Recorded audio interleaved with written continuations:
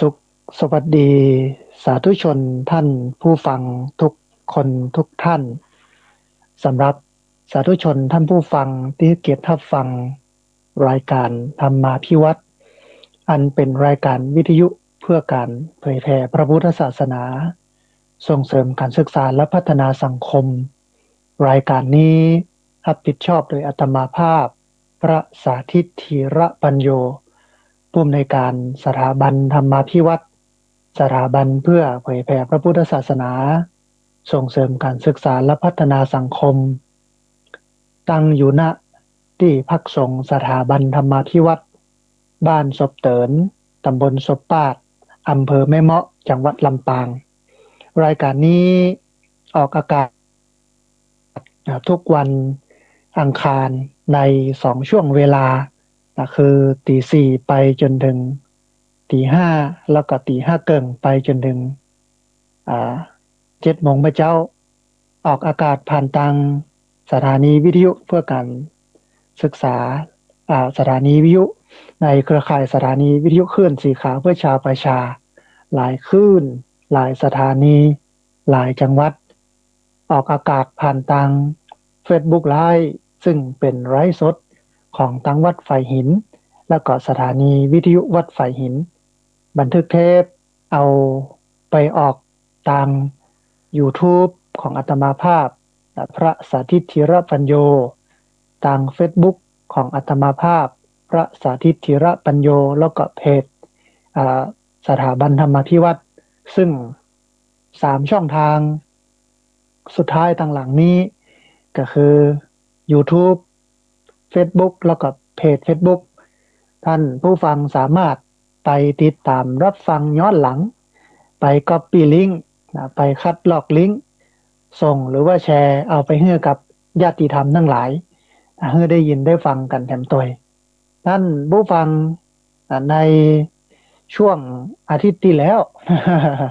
ในวันอังคารที่แล้วมาได้มาพบกับท่านผู้ฟังทั้งหลายสักกรรมเพราะว่าติดในเรื่องของการเดินทางไปประชุมเครือข่ายพระสงฆ์นักพัฒนาสาธารณสงเคราะห์ที่วัดพระเชตุพนวิมลมังคลารามกรุงเทพเอิญว่าในช่วงวันที่14วันที่15เนาะ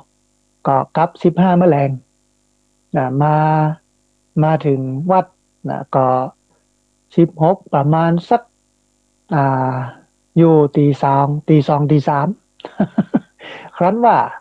จะมาจัดรายการวิทยุเนาะต่อนะโอ้มันคงบ่ไหวเพราะว่าเดินทางมาตลอดทั้งคืน ก็เลยขออาจารย์พระครูอภิวัฒนวิกรมพักสักวันหนึ่งท่านผู้ฟังก็คงจะม่อมหาเพราะว่าหายไปวันหนึ่งวันนี้มาแล้วท่านผู้ฟังอันที่วัดพระเชตุพนวิมลมังคลารามเนี่ยเปิ้นได้จัดงานเรื่องของพระสงฆ์นักพัฒนาการสาธารณสงเคราะห์โครงการนี้ดำเนินการมา2-3 ปีโดยเจ้าประคุณสมเด็จพระมหาธีราจารย์ประธานคณะกรรมการฝ่ายสาธารณสงเคราะห์ของมหาเถรสมาคมแล้วก็กรรมการมหาเถรสมาคมในฐานะที่เปิ้นเป็นเจ้าวาดวัดพระเชตุพนวิมลมังคลารามเปิ้นก็เลยใจที่หั่นอันไปสำรวจพระสงฆ์นักพัฒนาจังหวัดละ5 รูปแล้วก็คัดมาเหลือจังหวัดละ1 รูปแล้วก็คัดมาเหลือภาคคณะสงฆ์ท่านผู้ฟังภาคคณะสงฆ์ภาคละ1 รูปตั้งคนเหนือเนี่ยตั้งภาคเหนือของเฮาเนี่ยก็มีภาค4ภาค5ภาค6ภาค7แต่ถ้าภาค7เนี่ยอย่างเช่นเนาะมีเชียงใหม่ลำพูนแม่ฮ่องสอนอยู่ภาค7อย่างนี้เป็นต้นเนาะก็คัดมาภาคละ1ภาค4อยู่ต่างกันเพชรบูรณ์ที่เขกน้อยเปิ้นเป็นพระบัณฑิตอาสาพัฒนาชาวเขาช่วยพี่น้องชาวเขา เป็นพระที่ช่วยพี่น้องชาวเขาโดยเฉพาะลูกหลานของชาวเขาเอามาส่งห้ำส่งเฮียนมีกิจกรรมโน่นนี่นั่นพัฒนานักหนาจารีก็ยกเปิ้นขึ้นมาเป็นตัวแทนของภาคภาค 5ที่จังหวัดสุโขทัยจังหวัดสุโขทัยเปิ้นก็ทำงานด้านพระคีลานุปถากแล้วก็สาธารณสงเคราะห์ช่วยเหลือเกื้อกูลพี่น้องชาวบ้านสร้างศาลศาลาสร้างโรงเรียนเป็นคุณูปการที่มีพระสงฆ์องค์สังฆเจ้าที่มีพลังอยู่ในพื้นที่ก็ช่วยเหลือเกื้อกูลอันนี้ที่สุโขทัยมีที่จังหวัดแพร่อันนี้เป็นภาค 6นั้นเป็นเจ้าคณะจังหวัดแพร่เปิ้นก็ดูแลสาธารณสงเคราะห์ช่วยเหลือพี่น้องในจังหวัดแพร่แล้วก็จังหวัดภาค 7เนี่ยเอาจังหวัดเชียงใหม่วัดพระธาตุสีจอมทองก็คือพระศรีศิลปาจารย์หรือว่าที่เฮาฮู้จักกันก็คือตู้ลุงประมวลเปิ้นก็เป็นผู้รับใช้ผู้ติดตามหลวงปู่พระเดชพระคุณหลวงปู่ทองพระพรหมมงคลคอยติดตามรับใช้เกื้อกูลหนุนเนื่องงานด้านการสาธารณสงเคราะห์สร้างโรงเรียนช่วยเหลือพี่น้องตกทุกข์ได้ยากพี่น้องชาวเขาสร้างโรงยาแล้วก็ในเรื่องของงานนักปฏิบัติธรรมทั้งหลายทั้งปวงหลายเรื่องอันนี้ก็มีอยู่4รูปไปรับเกียรติบัตรรับอันพัดจากเจ้าประคุณสมเด็จพระมหาธิราจารย์ในงานก็มีงานเสวนาเรื่องทิศทางการทำงานด้านการสาธารณสงเคราะห์ของคณะสงฆ์ก็ดูเหมือนว่าในช่วงโควิดเนี่ยท่านผู้ฟังภาวะเศรษฐกิจมันตกต่ำหรอทำให้ผู้คนทั้งหลายตกงานก็ว่าวันซืนพอในพอข่าวเนาะฟังข่าวตามวิทยุคนตกงานถึง900,000 คนท่านผู้ฟัง มันเจ๊น้อยๆนะตกงาน900,000 คนอันบ่มีอยู่บ่มีกินเนี่ยลำบากลำบนตกงานมีงานทำเนี่ย900,000 คนมันก็จำเป็นที่วัดจะต้องช่วยเหลือ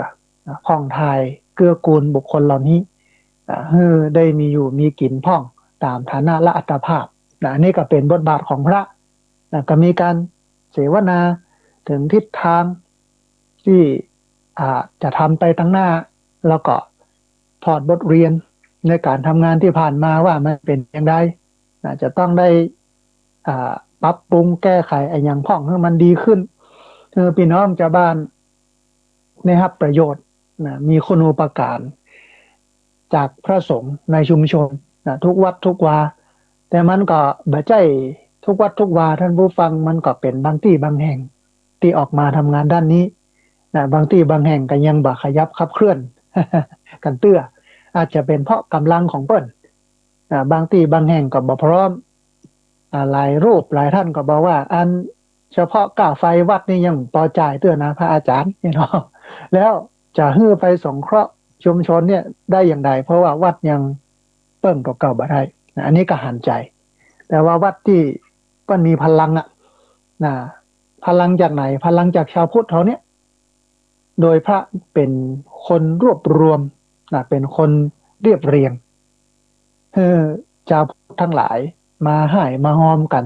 เป็นพลังแล้วก็เอาไปช่วยเหลือเกื้อกูลท่านนี่ก็อู้กันถึง4 โมง4 โมงในวันที่15เพราะว่าเดินทางไปวันที่14ไปถึงปูนก็ค่ำออกนี่ประมาณสัก10 โมง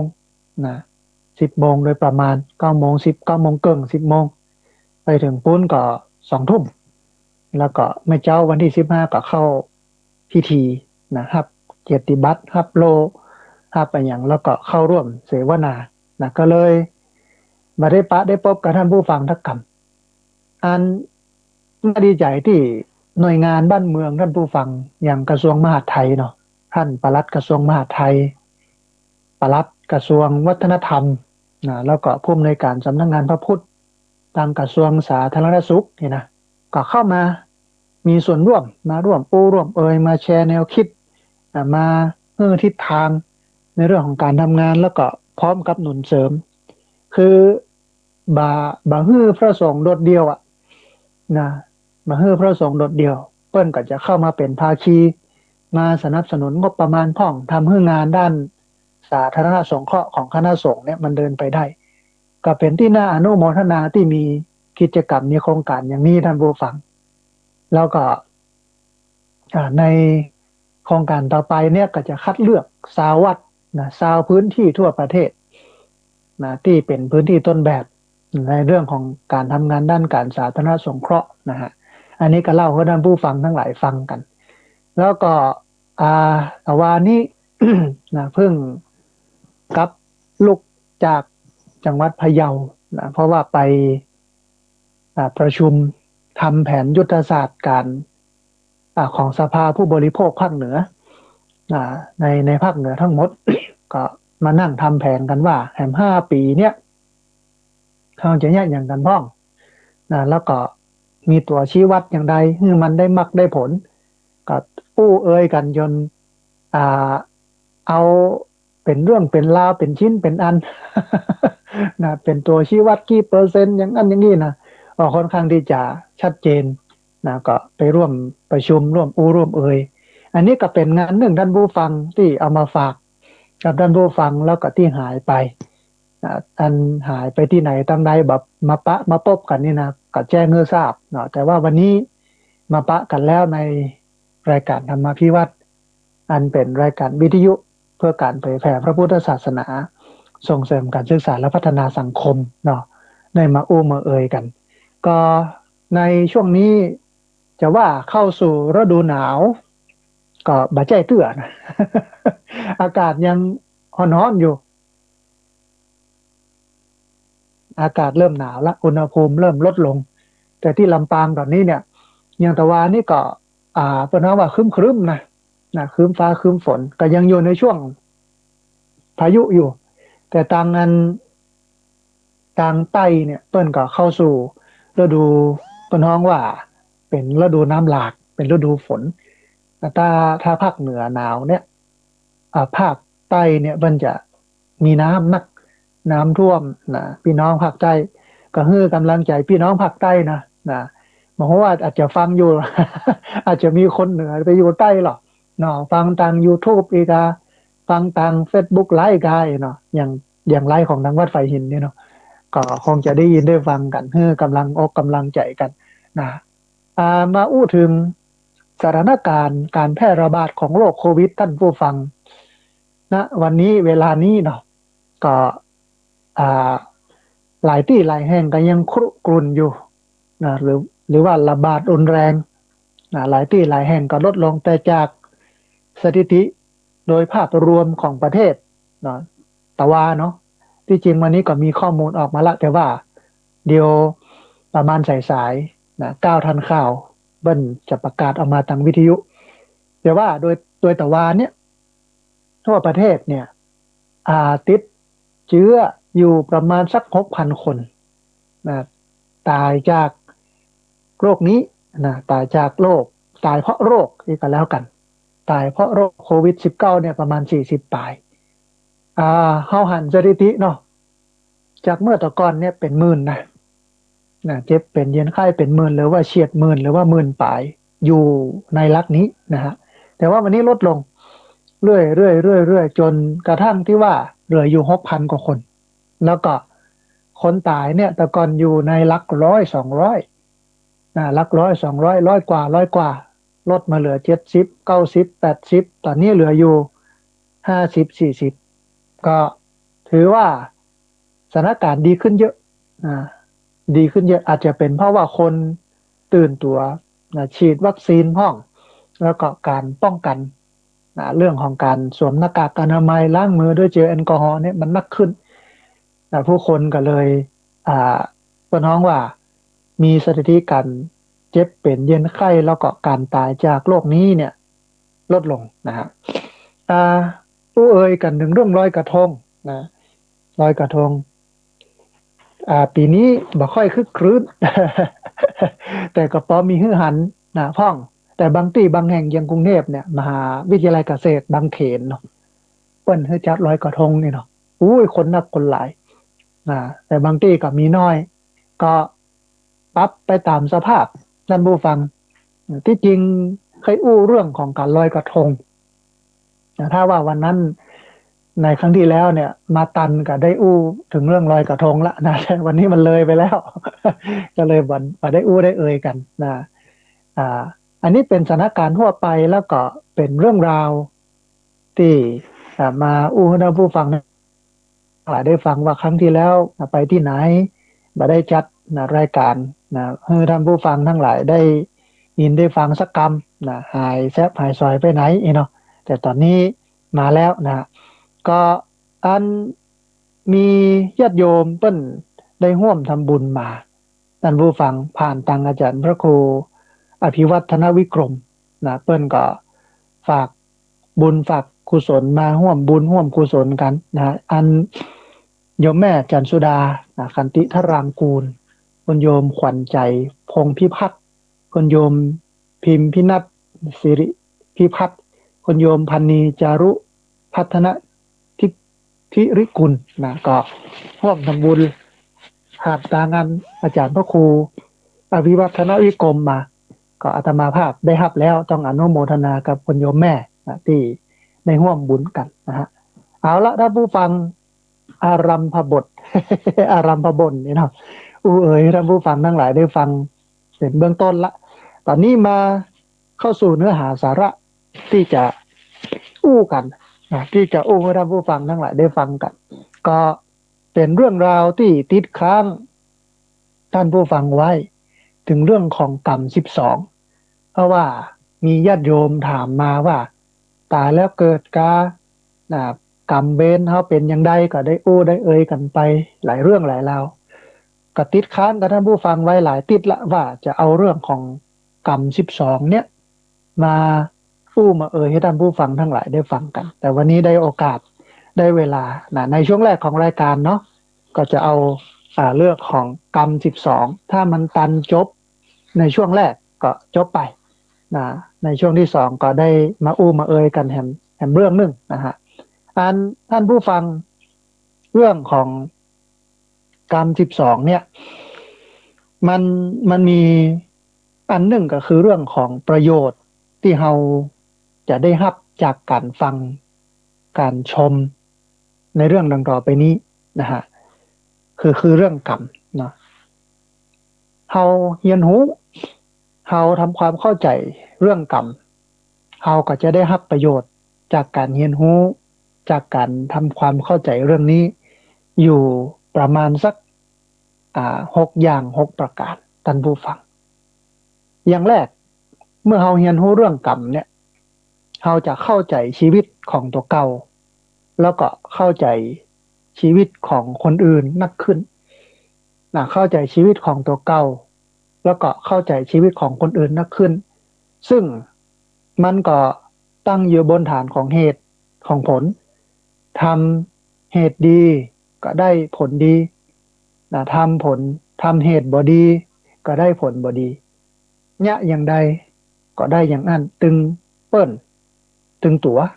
อันนี้อันแรกเนาะเข้าใจชีวิตของตัวเก่าแล้วก็ของคนอื่นนักขึ้นเข้าใจว่าเปิ้นเป็นอย่างนั้นก็เพราะว่าเปิ้นเนี่ยอย่างนั้นมาก่อนมันเป็นอุทาหรณ์ให้เราได้เรียนรู้ให้เราได้เข้าใจว่าเราบ่ดีจะไปเนี่ยอย่างนั้นเด้อถ้าเนี่ยอย่างนั้นก็จะเป็นอย่างเปิ้นเนี่ยอย่างนะฮะอันนี้ข้อแรกข้อที่สองเขาจะรู้จักรอคอยรู้จักอดทนรู้จักให้อภัยท่านผู้ฟังเพราะว่ากรรมมันแสดงผลกรรมมันยังบ่ให้ผลตราบใดที่มันยังบ่ให้ผลมันก็บ่เป็นอย่างที่เขากึดบ่เป็นอย่างที่เขาฝันแต่ถ้ามันให้ผลแล้วอันยังก็ขวางบ่ได้อันยังก็กั้นบ่อยู่มันจะทะลุทะลวงไปของมันเองเพราะฉะนั้นเรื่องนี้มันสอนให้เรารู้จักรอคอยมันสอนให้เรารู้จักอดทนแล้วก็มันสอนให้เรารู้จักให้อภัยรอคอย อดทนแล้วก็ให้อภัยอย่างที่สามเฮารู้จักอันยังเป็นเหตุอันยังเป็นผลนักขึ้นรวมถึงเป็นคนที่มีเหตุมีผลนักขึ้นเฮาเฮาจะบาหันอันยังเป็นเพียงปรากฏการณ์ที่มันเกิดขึ้นแต่เฮาจะไปมองว่าผลอย่างอี้เนี่ยมันย่อมมีเหตุแน่นอนนะย้อนไปเนี่ยเหตุอย่างเงี้ยมันก็เลยเกิดเป็นผลอย่างอี้นะเพราะว่าผลอย่างนี้มาจากเหตุอย่างนี้คือเฮาเป็นคนมีเหตุเฮาเป็นคนมีผลบักกึดไอ้อย่างเลื่อนลอยๆนะในเชิงของอัศจรรย์พันลึกอิทธิปาฏิหาริย์เฮาจะละทิ้งหมดนี้หมดเลยแต่ว่ามองเป็นเรื่องเหตุเรื่องผลนะแต่คนหนึ่งวันนี้มันมาอย่างอันโด นะเป็นเรื่องอิทธิฤทธิ์เป็นเรื่องปาฏิหาริย์เป็นเรื่องการดลบันดาลเสกเป่าหมดอะนะฮะที่แท้ก็ไม่ได้เป็นอย่างที่วางที่วาดไว้นะเพราะว่ามันมีเหตุมีผลของมันนะบางคนบอกเข้าใจเหตุผลเกิดปรากฏการณ์ขึ้นมาก็ตื่นเต้นตื่นตัวไหลไปกับผีสางนางไม้อ่าอย่างนี้เป็นต้นนะฮะอันนี้ก็คือมันยังเฮานั้นรู้จักเหตุรู้จักผลยังเป็นเหตุยังเป็นผลนักขึ้นนะฮะแถมอันหนึ่งมันทำให้เฮานั้นปรับเปลี่ยนพฤติกรรมให้ดีขึ้นแน่นอนว่าเฮาหันแล้วว่าทำดีได้ดีด้วยนี่ทำชั่วได้ชั่วมันเป็นเหตุเป็นผลนะมันเกื้อกูลสัมพันธ์กันนะเนี่ยอย่างอีได้อย่างอีนะเพราะฉะนั้นต้องปรับปรุงตัวเก่าเปลี่ยนตัวเก่าบ่ให้ตัวเก่าเนี่ยไปเนี่ยในสิ่งที่มันบ่ดีพัฒนาพฤติกรรมดีขึ้นนะจากแต่ก่อนเนี่ยบ่ดีเนี่ยบ่ดักก็พัฒนาขึ้นกลายเป็นคนทำดีคิดดีพูดดีเพราะว่าต้องการรอรับผลดีๆมันทำให้เราปรับเปลี่ยนพฤติกรรมแต่ถ้าเราแบบปรับเปลี่ยนพฤติกรรมเนี่ยบ่ดีคิดบ่ดีอู้บ่ดีเขาก็จะได้รับผลของการทำพูดคิดในสิ่งที่มันบ่ดีถ้าถมเข้ามาในชีวิตเพราะฉะนั้นเรียนลูกศรจากทางเดินที่มันเดินไปสู่ความมืดบอดเดินไปสู่อทุกขติวินิบาตนรกเดินไปทางรกทางชันมาสู่ทางที่มันสดใสทางที่มันดีทางที่มันงามอันนี้ก็คือการปรับเปลี่ยนพฤติกรรมให้มันดีขึ้นอันที่ห้าท่านผู้ฟังมันเนี่ยให้เฮานั่นรู้จักควบคุมวิถีชีวิตบ่ให้มันผิดพลาดหมายความว่าเขาจะมีสตินักขึ้นในการดำเนินชีวิตจะคอยระมัดระวังจะคอยประคับประคองควบคุมบ่ให้ชีวิตเนี่ยมันผิดพลาดบ่ให้ชีวิตเนี่ยมันบกพร่องเพราะว่ามันเป็นกรรมโลกมันจะต้องได้รับผลตอบแทนแน่นอนเวลาทำผิดทำพลาดเนี่ยนะฮะเพราะฉะนั้นรัฐก็เลยเป็นการควบคุมวิถีชีวิตบ่ให้มันผิดบ่ให้มันพลาดให้มันไปในทางที่มันถูกมันควรอันนี้อันที่ห้าเนาะอันที่หกมันจะทำให้เรานั้นลดมันจะทำให้เรานั้นละมันจะทำให้เรานั้นเลิกสิ่งที่มันบ่ดีบ่งามแน่นอนเราจับต้องเราอยู่เราติดเราเป็นกับสิ่งที่มันบ่ดีบ่งามผลมันก็มากับเรื่องที่มันบ่ดีบ่งามแน่นอนมันเกิดมีเหตุมีผลขึ้นมาทีนี้เมื่อเราลดเมื่อเราละเมื่อเราเลิกสิ่งที่มันบ่ดีบ่งามเราก็จะเข้าสู่สิ่งที่มันดีมันงามเพราะมันเป็นเหตุและมันเป็นผลกันอันนี้คือประโยชน์ที่จะเนี่ยให้เราเนี่ยได้รับจากการฟังการชมในเรื่องกรรมซึ่งก็มีอยู่6อย่างอันแรกเข้าใจชีวิตของตัวเก่าและก็คนอื่นนักขึ้นอันที่สองรู้จักรอคอยอดทนให้อภัยนักขึ้นอันที่สามรู้จักอันยังเป็นเหตุ อันยังเป็นผลนะอันที่สี่ปรับเปลี่ยนพฤติกรรมให้ดีขึ้นอันที่ห้ารู้จักควบคุมวิถีชีวิตบ่ให้มันผิดบ่ให้มันพลาดอันสุดท้ายอันที่หกก็คือลดละเลิกสิ่งที่มันบ่ดีมางามออกไปนะทีนี้ถ้าผู้ฟังสักหน่อยหนึ่งนะก่อนที่จะอู้ถึงเรื่องของกรรม12นะกรรมก็คือการกระทำที่มันประกอบไปด้วยเจตนานะเพราะว่าพระพุทธเจ้าได้ตรัสไว้ว่าเจตนาหังภิกขเวกัมมังวะเทหิแปลว่าดูก่อนภิกษุทั้งหลายเจตนาอันเรากล่าวแล้วว่าเป็นกรรมคือถ้าเนี่ยอย่างด้วยเจตนาเนี่ยบอกว่าจะเป็นตั้งพิษบอกว่าจะเป็นตั้งทุกข์ล้วนเป็นกรรมทั้งสิ้นคือกรรมดีและกรรมไม่ดีนะแต่ถ้ามันมีเจตนาเข้าไปเป็นตัวประกอบมันเป็นเพียงกิริยาและก็ปฏิกิริยาอย่างเราเดินไปตัวหนทางนี่เนาะนะหอยยูหันเข้ามาหานะเราไม่ได้ตั้งใจที่จะเหยียบมันอะเราไม่เห็นเนาะย่ำมันคว้าบเนี่ยกิริยาคือย่ำคือกดคือทับปฏิกิริยาคือแหลวหอยแหลวมันก็ไม่ได้เป็นกรรมเพราะว่าไม่มีเจตนาขับรถไปมาวิ่งตัดหน้าเฮาจนมาข่มเนี่ยมันก็เป็นเพียงกิริยาแล้วก็ปฏิกิริยาไม่เป็นกรรมแต่ถ้าเฮามีเจตนาจนจนหิริกาเนี่ยจนข่มนี่นะมันก็เป็นกรรมเพราะฉะนั้นอันนี้ก็คือเจตนาหังภิกขเวกัมมังวะเทหิเจตนาอันเรากล่าวแล้วว่าเป็นกรรมกรรมดีเปิ้นก็ฮ้องว่ากุศลกรรมกรรมบดีเปิ้นฮ้องว่าอกุศลกรรมกรรมบดีบ่ชั่วทำไปแล้วไม่ดีไม่ชั่วเปิ้นฮ้องว่าอัพยากฤิตมันมี3อย่างหรอกทำดีเปิ้นฮ้องว่ากุศลกรรมทำชั่วเปิ้นฮ้องว่าอกุศลกรรมทำมันจะตัดสินได้ว่ามันดีบ่ดีบอกว่ามันก็เลยเป็นอัพยากฤิตนะฮะกรรมนี้สามารถทำได้3ทางนั่นผู้ฟังนะทางกายเปิ้นฮ้องว่ากายกรรมทางวาจาเปิ้นฮ้องวจีกรรมทางใจเปิ้นฮ้องว่ามโนกรรมกรรมเกิดได้เพราะว่า3ทางกายทางวาจาแล้วก็ทางใจ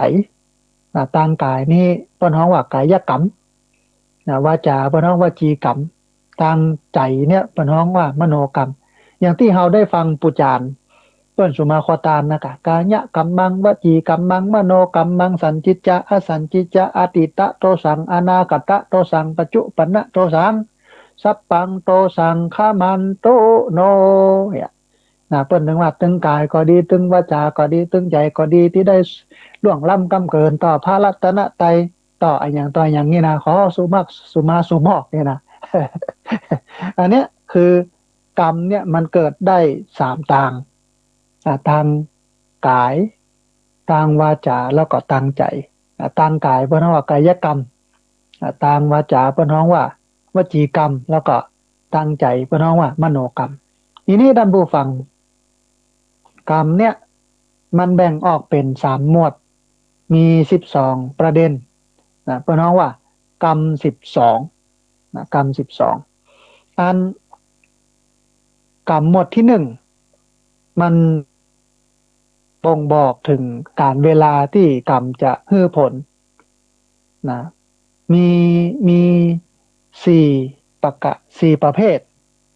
มี4ประเภทด้วยกันหมวดที่1เนี่ยมีอยู่4ประเภทหมวดที่1เนี่ยนะ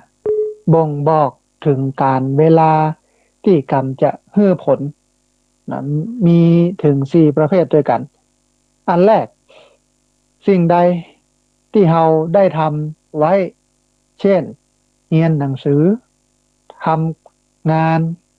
การกินการเสพการกึดการอู้ทำดีทำชั่วถูกสถานที่ถูกคนถูกเวลาทำพอดีแล้วได้รับผลในชาตินี้ อันนี้ปะน้องว่าทิฏฐธรรมเวทนิยกรรมนะทิฏฐธรรมเวทนิยกรรมก็คือทำปุ๊บได้ผลปั๊บเนี่ยปะน้องว่าทิฏฐธรรมเวทนิยกรรมอันที่สองกรรมฮือผลในชาติหน้าปะน้องว่าอุปปัชชเวทนิยกรรมนะอุปปัชชเวทนิยกรรมทำแต่มันบ่ฮือผลในชาตินี้เตื้อมันรอไปฮือผลในชาติหน้านะอันนี้ปะน้องว่าอุปปัชชเวทนิยกรรมเบื้องต้นเนี่ยมีอยู่สองอย่างทำปุ๊บได้ผลปั๊บนะปะน้องว่าทิฏฐธรรมเวทนิยกรรมตึงดีตึงชั่วนะอันที่สองทำตึงดีตึงชั่วแต่ว่ารอให้ผลในชาติหน้าปะน้องว่าอุปปัชชเวทนิยกรรมนะอันนี้มีสองอย่างอันสามกรรมที่ผลในชาติต่อไปปะน้องว่าอัปปราประเวทนิยกรรมกรรมที่ให้ผลในชาติต่อไปเลยชาติหน้าไปแหมก่อนแหมชาติต่อไปปะน้องว่าอัปปราประเวทนิยกรรมสามอย่างแล้วนะท่านผู้ฟังอันกรรมที่ให้ผลในชาตินี้ปะน้องว่าทิฏฐธรรมเวทนิยกรรมกรรมที่ให้ผลในชาติหน้าปะน้องว่าอุปปัชชเวทนิยกรรมแล้วก็กรรมที่ให้ผลในชาติต่อไปปะน้องว่าอัปปราประเวทนิยกรรมแฮมอันหนึ่งท่านผู้ฟังกรรมที่ให้ผลสำเร็จแล้วหรือว่าหมดโอกาสที่จะให้ผลปะน้องว่าอโหสิกรรมกรรมที่ให้ผลสำเร็จแล้วหรือว่าหมดโอกาสที่จะให้ผลปะน้องว่าอโหสิกรรมอันนี้อันที่สี่อันนี้หมวดที่หนึ่งท่านผู้ฟังมีอยู่สี่อย่างหมวดที่หนึ่งเนี่ยเป็นเรื่องของอันบอกถึงการเวลาที่กรรมจะให้ผลมีสี่อย่างด้วยกันคือกรรมที่ให้ผลในปัจจุบันชาติปะน้องว่าอันหันตันตาเนาะเวนตันปันค่อยณยุคปัจจุบันนะปะน้องว่าทิฏฐธรรมเวทนิยกรรมแต่ว่าแห่งมันนั่นคือกรรมที่ให้ผลในชาติหน้าทำชาตินี้แต่ให้ผลในชาติหน้าปะน้องว่าอุปปัชชเวทนิยกรรมแห่งมันนั่นคือกรรมที่ทำในชาตินี้แต่ให้ผลเลยชาติหน้าไปก็คือเป็นชาติต่อไปปะน้องว่าอัปปราประเวทนิยกรรมและอันสุดท้ายกรรมที่ให้ผลสำเร็จแล้วหรือว่าหมดโอกาสที่จะให้ผลเพราะว่าอโหสิกรรมอันนี้หมวดที่หนึ่งเป็นเรื่องของงานการเวลาที่กรรมจะให้ผลมีอยู่สี่อย่างนะฮะอันนี้เป็นหมวดที่หนึ่งเนาะทีนี้มาหมวดที่สองท่านผู้ฟังบอกให้รู้จักหน้าที่ของกรรมบอกให้รู้จักหน้าที่ของกรรมอันแรกกรรมกำหนดให้มาเกิดสถานที่ไหนเวลาใดรวยหรือว่าจนเป็นลูกของคนดีหรือว่าคนเลวอวัยวะครบหรือว่าบ่ครบต้นฮ้อว่าชนะกะกรรมกรรมตามกำเนิดอันนี้ท่านผู้ฟังน่าสนใจมันบอกให้รู้ถึงหน้าที่ของกรรมกำหนดให้มาเกิดไปเกิดสถานที่ไหนเวลาใดรวยหรือจนเป็นลูกของคนมีหรือว่าคนบ่มีอวัยวะครบ32หรือว่าบ่ครบ32อันนี้เป็นชนะกะกรรมชนะกะกรรมนำไปเกิดที่หั่นที่นี่อยู่ในสถานะไหนโลกภัยอย่างใดนะฮะแห่งมาหนึ่งคือคอยสนับสนุนถ้าเกิดมาดีก็จะเสริมให้มีความสุขยิ่งขึ้นถ้าเกิดมาทุกข์ยากก็จะซ้ำเติมความทุกข์ยากให้มันลำบากมากขึ้น ดอกกรรมคอยซ้ำเติมเพราะน้องว่าอุปัฏถัมภกกรรมอุปถัมภกกรรมอันนี้น่าสนใจท่านผู้ฟังถ้าเกิดมาในลูก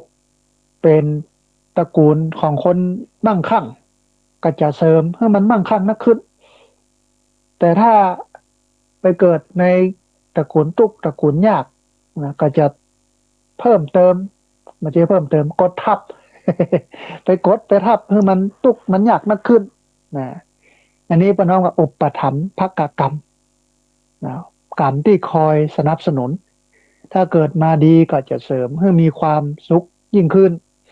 ถ้าเกิดมาตุกยากก็จะซ้ำเติมความลำบาก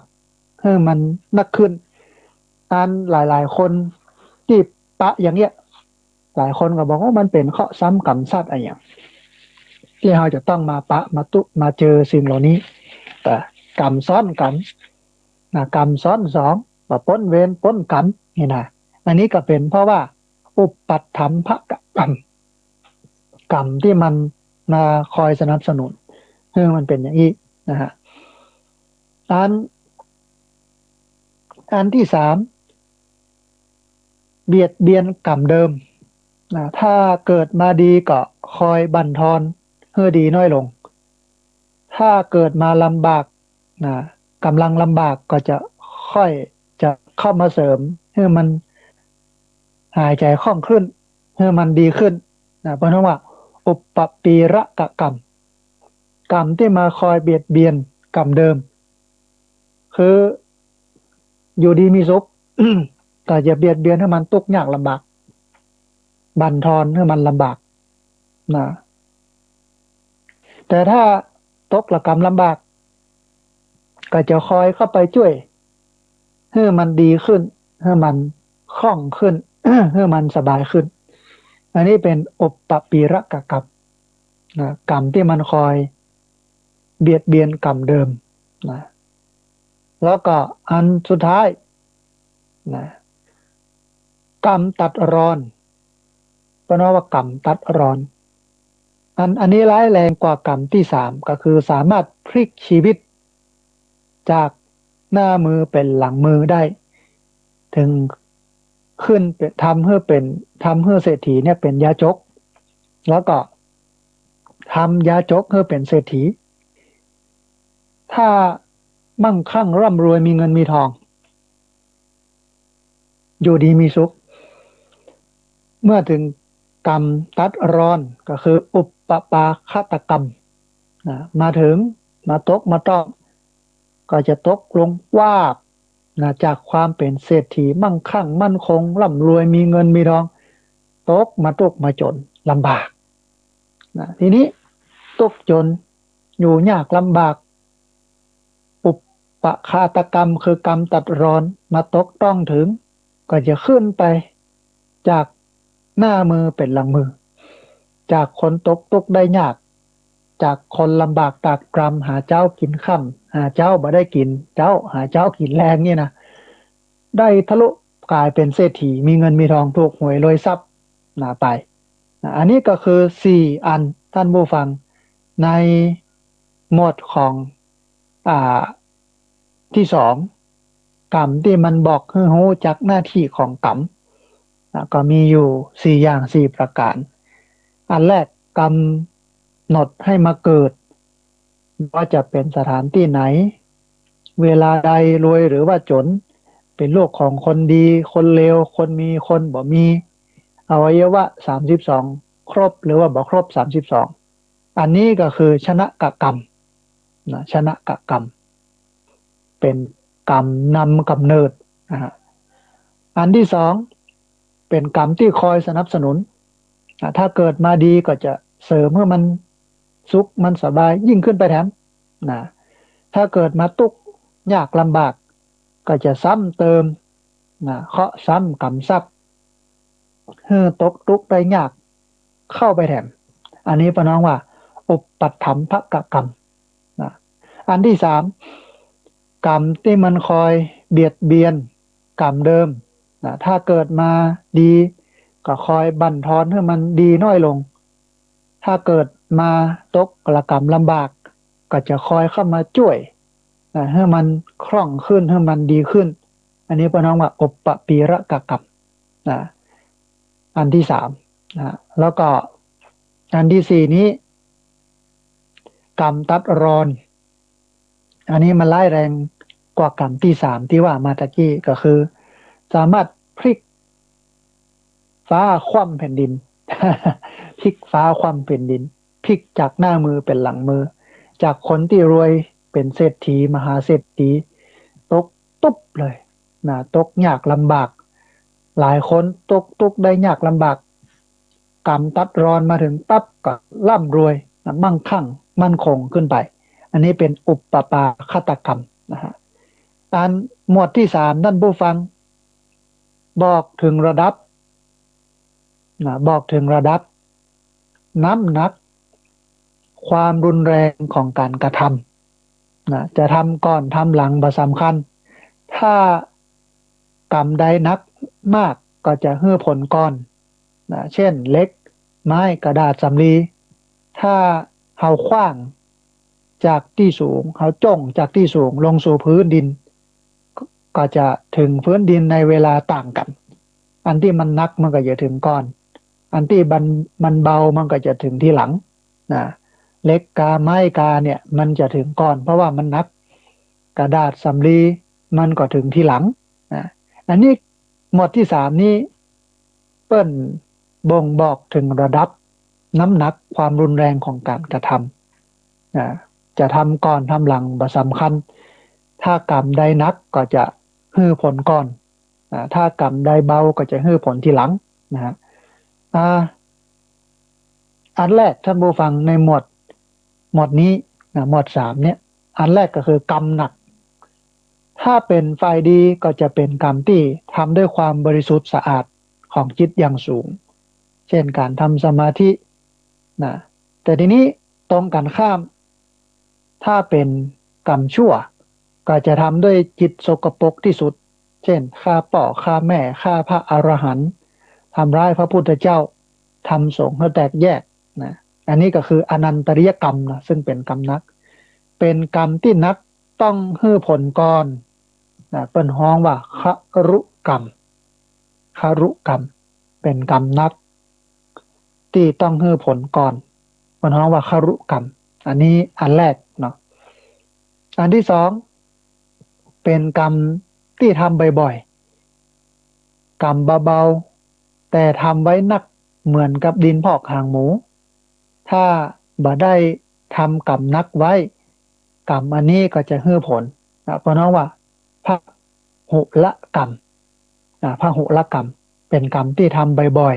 ๆกรรมเบาๆแต่ว่าทำไว้นักเหมือนกับดินพอกหางหมูถ้าบ่ได้ทำกรรมนักไว้กรรมอันนี้ก็จะให้ผลก่อนนะฮะอันที่สามกรรมที่ทำไว้ใกล้จะตายถ้าจิตของอันคนทำยึดเกาะสิ่งใดไว้แอบแน่นกรรมนี้ก็จะให้ผลทันทีเพราะน้องว่าอาสันนกรรมนะเป็นกรรมที่จิตมันเกาะก่อนตายเหมือนกับว่าจิตดวงสุดท้ายก่อนตายถ้าไปจับต้องจิตนั้นไปผูกมัดไปผูกพันหรือว่าอยู่กับสิ่งใดก็จะได้รับสิ่งนั้นทำกึดดีก็จะได้ไปดีนะกึดบ่ดีก็จะได้ไปบ่ดีนะฮะอันนี้เปิ้นก็เลยนิยมนะก่อนจะตาย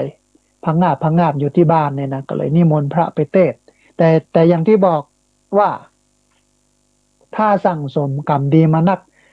มันก็กึดกอยออกง่ายนะเวลาพระเปิ้นทบเปิ้นทวนพระเปิ้นอู้แต่เรื่องแต่ดีแต่งามเนี่ย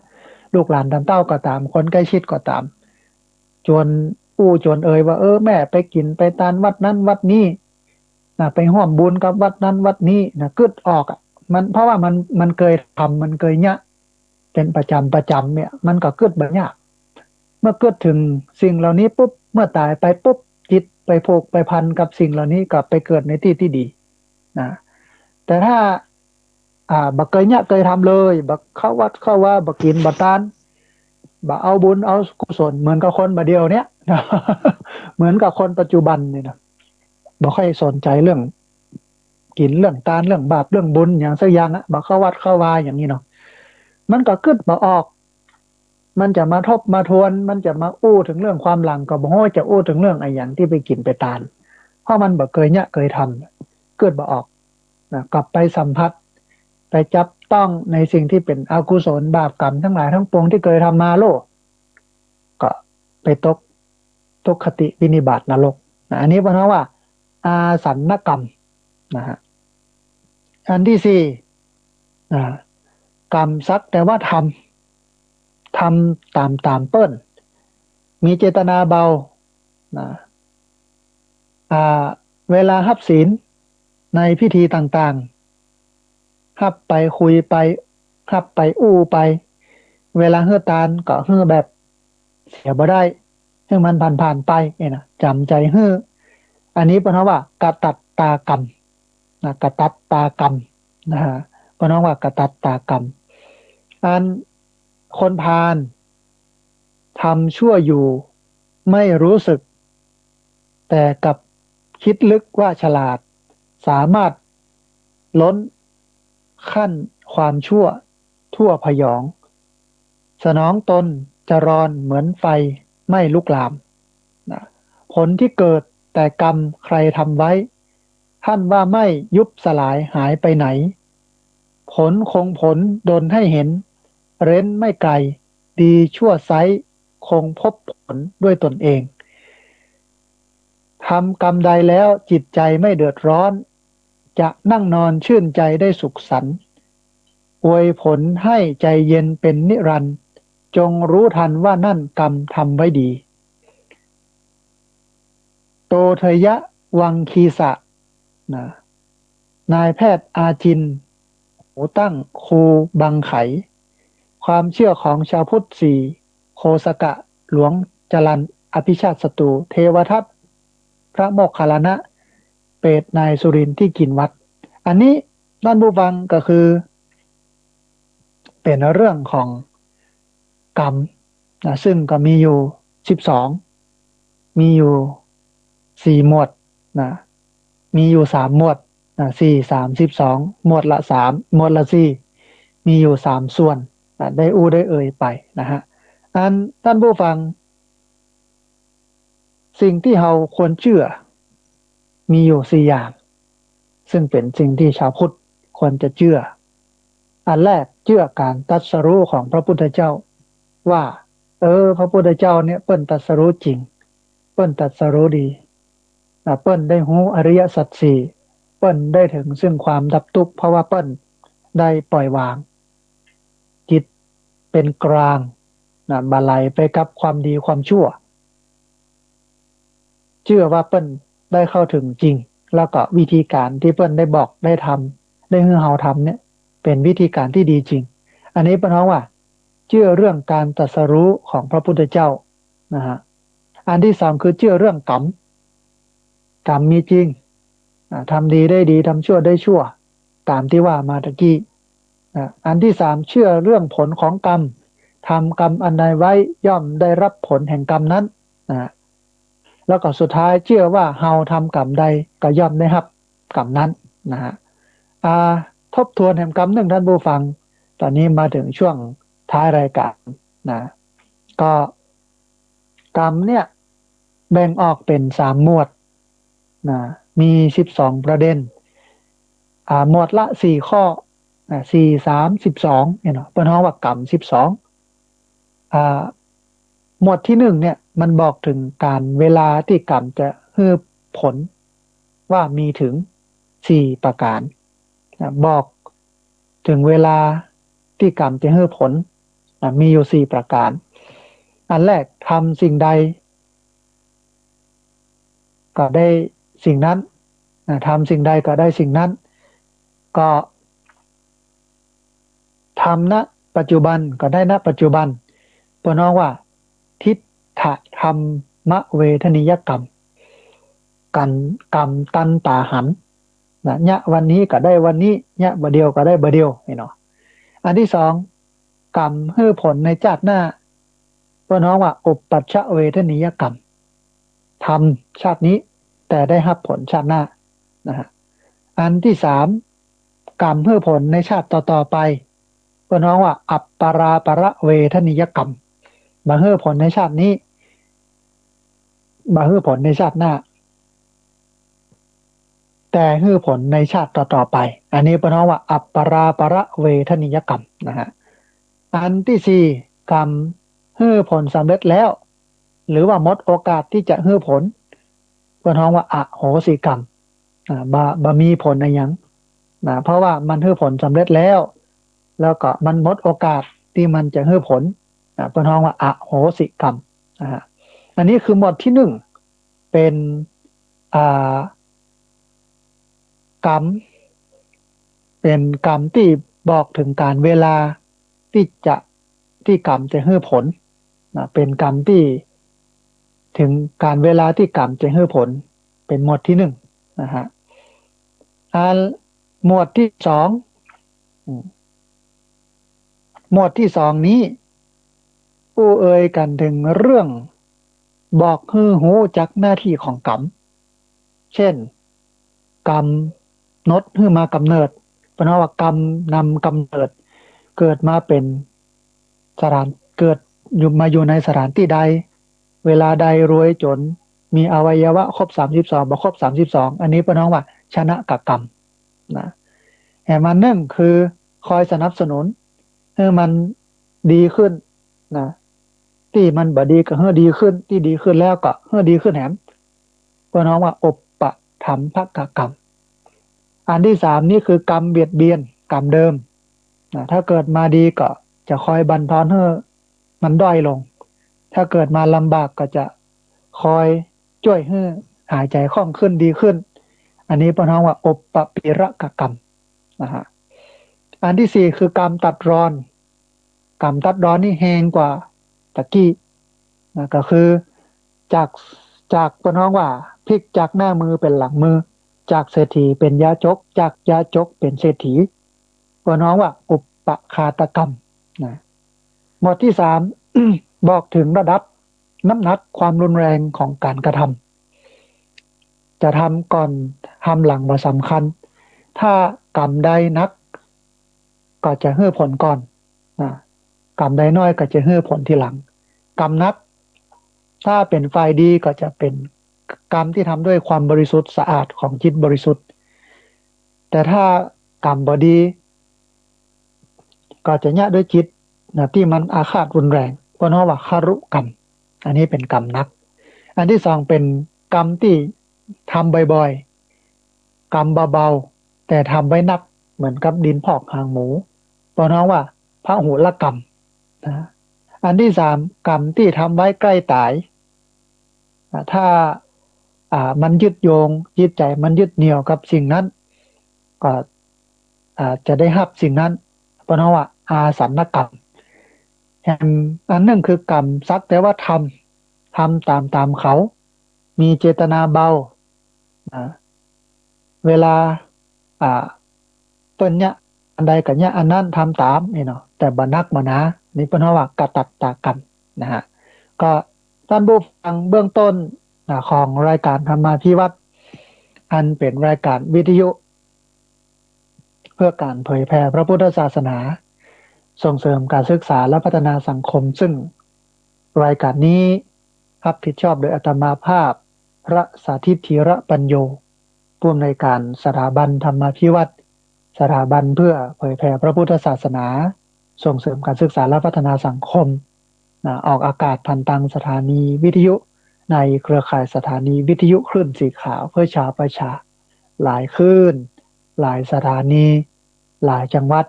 แล้วก็ออกอากาศผ่านทาง Facebook Live ซึ่งเป็นไลฟ์สดของทางวัดฝ่ายหินสถานีวิทยุวัดฝ่ายหินบันทึกเทปเอาไปออกผ่านทาง YouTube ของอาตมาภาพพระสาธิตธีระปัญโยผ่านทาง Facebook ของอาตมาภาพพระสาธิตธีระปัญโยแล้วก็ผ่านทางเพจ Facebook ของสถาบันธรรมาภิวัตน์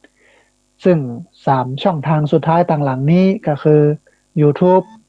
Facebook แล้วก็เพจ Facebook เนี่ยท่านผู้ฟังสามารถไปติดตามรับฟังย้อนหลังไป Copy ลิงก์ไปคัดลอกลิงก์ ส่งหรือว่าแชร์นะเอาไปให้กับญาติธรรมทั้งหลายเพื่อได้ยินได้ฟังกันได้แถมตัวนะรายการนี้ออกอากาศทุกวันอังคารใน2 ช่วงเวลาคือตี 4ไปจนถึงตี 5แหมสักกำหนึ่งช่วงแรกของรายการก็จะจบลงนะแล้วก็ในช่วงที่2ของรายการก็คือตี 5 ครึ่งไปจนถึง7 โมงแม่เจ้าในช่วงเวลาตี 5จนถึงตี 5 ครึ่งนั้นอาจจะให้ท่านผู้ฟังทั้งหลายได้พักยั่งสวดมนต์เจริญภาวนากับครูบาอาจารย์นะในช่วงเวลา30 นาทีแล้วก็มาปะกันในช่วงเวลาตี 5 ครึ่งไปจนถึง7 โมงแม่เจ้านะฮะในช่วงที่2ของรายการนั้นก็จะเปิดสายนะท้ายรายการนะท่านผู้ฟังนะก็จะเปิดสายให้ท่านผู้ฟังที่ฟังอยู่ทางบ้านนะได้โทรเข้ามาร่วมรวมเอ่ยกันได้โทรเข้ามาร่วมแสดงความคิดความเห็นกันในช่วงที่2ของรายการท่านผู้ฟังก็เตรียมโทรศัพท์เนอะนะฟังจากที่ไหนตั้งใดเชียงใหม่ละปูนลำปางเป็นน่านพะเยาเชียงรายแม่ฮ่องสอน ฟังทางFacebook หรือว่าไลฟ์สดของทางวัดไฟหินก็ดีเนาะอยู่ต่างจังหวัดจากที่คลื่นเกยไปถึงนะที่มันบักเข้าถึงแต่ว่า YouTube มันเข้าไปถึงนะฟังทางไลฟ์สดเนาะฟังอยู่ต่างประเทศคนไทยที่ไปอยู่ต่างประเทศอาจจะได้ยินได้ฟังพี่น้องทางกรุงเทพกรุงไทยที่ไหนต่างใดก็ในช่วงที่2ของรายการนั้นก็เรียนเชิญเจริญพรในท้ายรายการเนาะโทรเข้ามาร่วมเอ่ยกันโทรเข้ามาร่วมแสดงความเห็นกันในช่วงแรกของรายการได้ได้เอ่ยกันถึงเรื่องของกรรม12นะเอากรรม12มาให้ท่านผู้ฟังทั้งหลายได้ฟังก็แบ่งเป็น3 หมวดนะหมวดที่1หมวดที่2หมวดที่3หมวดที่1ก็มีอยู่4นะหมวดที่2ก็มีอยู่4หมวดที่3ก็มีอยู่4รวมกันก็32เป็นกรรมที่สรุปให้ท่านผู้ฟังได้เข้าใจเป็นเบื้องต้นที่จริงมันลึกซึ้งกว่านี้พระเดชพระคุณหลวงพ่อพระพรหมโมลีวิราชยานวโรวัดยานาวาเนี่ยเปิ้นได้เขียนไว้นะกรรมทีปณีกรรม12รายละเอียดนักมากนะเป็นยังไงนะแต่ว่าคงจะบ่เอามามาเอ่ยท่านผู้ฟังทั้งหลายได้ฟังกันถึงขั้นนั้นก็คือถึงขั้นลึกซึ้งแต่พอที่จะรู้ได้ว่าอ๋อมันมีอยู่12อย่างเนี่ยมันมีอยู่3 หมวดละ4หมวดละ4หมวดละ4 32เป็นอย่างอันบอกให้รู้จักหน้าที่นะบอกให้รู้จักเรื่องของงานอ่าการเวลานะบอกให้รู้จักในเรื่องของเป็นในส่วนของการให้ผลเนาะเป็นการให้ผลว่ามันให้ผลนักผลเบาผลยังได้อย่างเงี้ยนะได้เห็นรู้ได้เข้าใจกันเป็นอย่างนะฮะบอกถึงระดับน้ำหนักความรุนแรงนะของการกระทำอย่างเงี้ยก็พอได้รู้อ๋อแต่ท้ายที่สุดนะท่านผู้ฟังว่าวันนี้นะฮะกรรมเวรมันมีจริงเฮาได้รับผลจริงเฮาได้เข้าถึงจริงเมื่อเฮาทำเฮาก็ต้องยอมรับแต่ทางที่ดีท่านผู้ฟังเว้นกรรมชั่วทำกรรมดีกรรมไหนที่มันเป็นกรรมชั่วกรรมไหนที่มันเป็นกรรมบดีเฮาก็บ่ไปจี้ไม่ไปก้ำกลายนะทำกรรมดีอย่างเดียวในช่วงชีวิตของคนเนี่ยท่านผู้ฟังมันเร็วนะวันเนี้ยวันหนึ่งเนี่ยแป๊บเดียวก็ค่ำละแป๊บเดียวก็ค่ำละเจ้ากำเดียวก็ค่ำละเจ้ากำเดียวก็ค่ำละแป๊บเดียวก็อาทิตย์หนึ่งละแป๊บเดียวก็เดือนหนึ่งละเนี่ยพอยังเดือนพฤศจิกายนเนี่ยบัดตันยังพอมาถึงวันที่22แล้วแบบเดือนเนี่ยนะบัดตันยังพอมาถึงวันที่22ละจะแฮมบักกี่วันเนี่ยแฮม7-8วันเนี่ยก็จะสิ้นเดือนแล้วก็จะเข้าสู่เดือนธันวามันเร็วปีหนึ่งก็เร็วบัดตันยังก็มาพฤศจิกาจะเข้าสู่ธันวาแล้วเลยทำเดือนนิดก็จะสิ้นปีแล้วปลายปีแล้วเพราะฉะนั้นด้วยความเป็นไปของเวลามันเคลื่อนไปเนี่ยเขาเองก็จะต้องกอบโกยเอาความดีความงามเข้าใส่ตัวเขา ทำดีอู้ดีคิดดีกินไปตานไปเปิ่นชวนไปกินไปตานที่ไหนไปทำบุญสุนทานที่ไหนเขาก็ไปทำไปกินไปตานได้บุญได้กุศลแต่ปีนี้อันสถาบันธรรมาภิวัตน์ค่อนข้างที่จะบ่ค่อยมีกินมีตานปีนี้ทั้งปีนะท่านผู้ฟังนะบ่ค่อยมีคนมากินมากินใหญ่ตานหลวงอีเตอะนะเพราะว่าผ้าป่าก็บ่มีกฐินก็บ่มีนะแต่ไว้รอแหมสักกำหนึ่งมันก็คงจะมีมาเอาละท่านผู้ฟังรายการธรรมาภิวัตน์อันเป็นรายการวิทยุเพื่อการเผยแพร่พระพุทธศาสนาส่งเสริมการศึกษาและพัฒนาสังคมในช่วงแรกของรายการต้องเอารายการนี้จากลาท่านผู้ฟังทั้งหลายไปก่อนเดี๋ยวเรามาพบกันในช่วงที่2ของรายการตีห้าเกิงไปจนถึง7 โมงไม่เจ้าในช่วงแรกนี้ก็ขอเอาไว้แต่เพียงเท่านี้ขอเจริญพร